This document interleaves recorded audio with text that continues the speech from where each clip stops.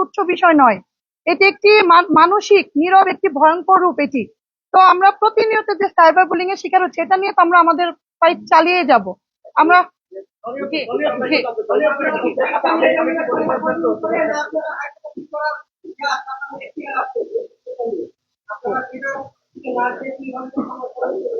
না না না, আমরা তো সংবাদ সম্মেলন আজকে প্রথম করেছি বিষয়টা নিয়ে, এবং এটা নিয়ে আমরা হাইকোর্টে রিটও করবো। তো আমরা হাইকোর্টে রিট করার আগে আপনাদেরকে দেশের মানুষকে জানাচ্ছি, দেশের নারী সমাজকে জানাচ্ছি। এবং যেটা বিষয় ছিল, আপু বারবার বলতেছিল যে 5 ঘন্টা কাজের যে বিষয়টা ওনারা বলেছিলেন, দেখেন আপনারাও জানেন যে 5 ঘন্টা কাজের জন্য কোনো প্রাইভেট কোম্পানি নারীদেরকে কাজে নিত না। যদি এটা এরকম যদি হইতো যে ওনারা ক্ষমতায় আছেন আর নারীদের কর্মঘন্টা 5 ঘন্টা করে দিতেন, কোনো প্রাইভেট কোম্পানি কিন্তু নারীদেরকে কাজে নিত না। কারণ 5 ঘন্টার জন্য কেউ কাজে নিবে না, বাকি 3 ঘন্টা বা 5 ঘন্টার কাজের জন্য কি তারা নতুন করে অন্য কাউকে হায়ার করবে? এটার জন্য কিন্তু কেউ হ্যাসেলের জন্য নারীদেরকে কাজে নিত না। তো সর্বোপরি রাখার বা ঘরে আটকে দেওয়ার একটা পায় তারা চলছিল।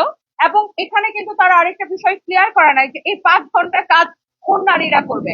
সেটা কি চাকরিজীবী নারীরা? মানে নারী কর্মজীবী নারী মানে কিন্তু শুধু চাকরিজীবী নারী নয়, সেখানে উদ্যোক্তা আছে, সেখানে ডক্টর আছে, সেখানে হচ্ছে যে ইঞ্জিনিয়ার আছে, সকল শ্রেণী, একজন আইনজীবী আছে, সেখানে কর্মজীবী মানে সকল শ্রেণী পেশা নারী। তো আমি কত ঘন্টা কাজ করব সেটা আমার টাকায়, আমার ট্যাক্সের টাকায়, আমার ভ্যাটের টাকায় যে সরকার চলে, সেই সরকার কিন্তু ঠিক করে দিতে পারে না যে আমি কত ঘন্টা কাজ করব। আমি একজন ফ্রিল্যান্সার, আমি যদি ধরি আমি একজন ফ্রিল্যান্সার, আমি যত ঘন্টা আমার খুশি আমি কাজ করতে পারি। কারণ আমার যে আমার পরিবার চালানোর জন্য আমার যে আহ আহ, টাকা দরকার, সেটা কিন্তু সরকার আমাকে দিয়ে দিবে না। তো আমি আমার প্রয়োজন অনুযায়ী যত ঘন্টা খুশি আমি কাজ করতে পারি। তো সেটা কিন্তু যেখানে পুরুষদের জন্য কোনো কর্মঘন্টা নির্ধারণ করে দেওয়া হয়নি, সেখানে নারীদের ক্ষেত্রে কর্মঘন্টা নির্ধারণের কোনো প্রশ্নই আসে না। এবং যেটার প্রমাণ কিন্তু এই ইলেকশনে নারীরা দেখিয়ে দিয়েছে, দেশের নারীরা। তো এখন নারীরা হচ্ছে আমার বিশ্বাস যে সংসদে এটার সঠিক জবাব দিবে, এবং ভবিষ্যতে আমরা সংসদে আরো নারী নেতৃত্ব, এটার পার্সেন্টেজ হয়তো আমরা আরো অনেক বেশি আশা করি।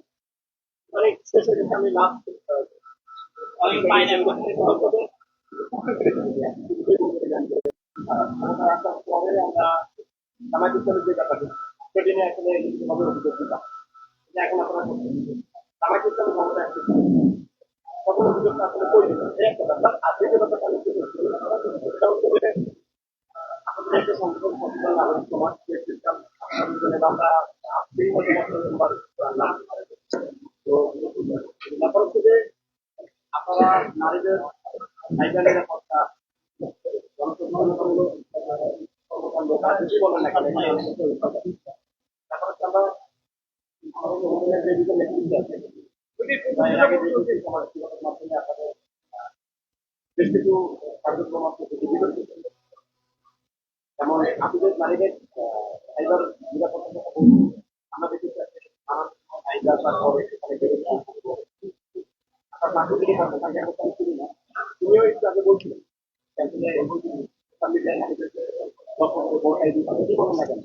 যেভাবে করে আসলে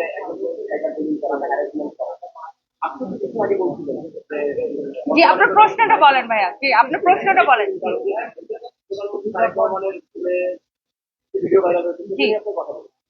তো আপনারাই যদি আসলে এই সংগঠনের নেতৃত্বে বলছি আপনাদের কর্মকাণ্ড বিতর্কিত হয় বা আপনারা যদি সামাজিক যোগাযোগ মাধ্যমে বিরূপ মন্তব্য করেন লাইভে এসে আপনারা কিভাবে আপনাদের সাধারণ মানুষের মধ্যে বা নারী সমাজের মধ্যে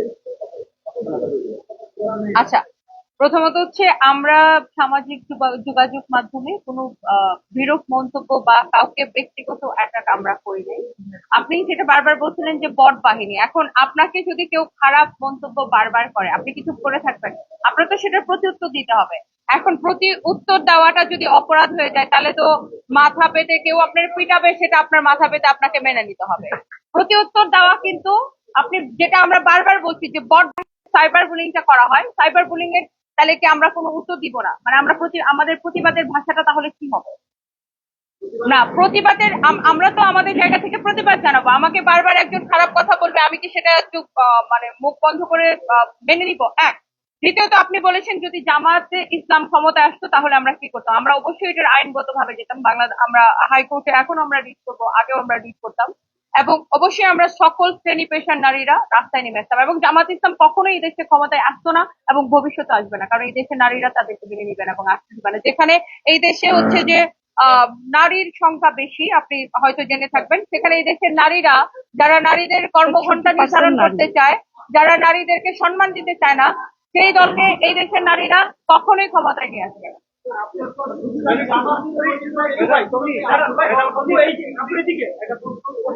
আপনারা কিছু জামাত নিবন্ধন বাতিলের জন্য আপনাদের নারীদের বাংলাদেশের সকল নারীদের নিরাপত্তার জন্য আপনারা আন্দোলন।